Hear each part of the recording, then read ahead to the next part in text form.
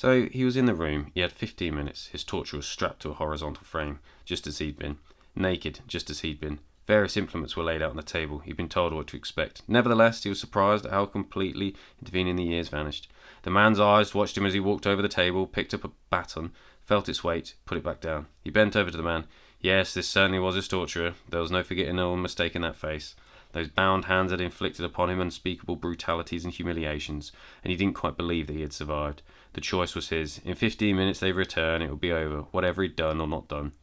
We know what you went through, they said. You have immunity for 15 minutes only. Do what you wish.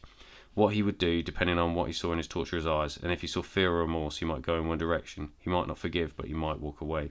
If he saw arrogance and scorn, he might go in another direction. The impulse, pain and terror he'd felt might boil up, and he would use the things on the table with quick, blind fury. But how could he know what he's seeing? The man was not gagged, he had said nothing. He walked away. The torturer might believe himself still victorious. He might despise his victim all over again. If he did so, the man was tenth of what had done to him, what had become, into what new hell would have descended. The weakest thing was being able to decide. The minutes ticked away. He had two questions. Why did you do those things to me? How could you do such things to anyone? He looked into the eyes. Still the man did not speak. Do you understand me? The man nodded. He thought, he does not know the answer either. Then, when he realized this, he knew what he was going to do.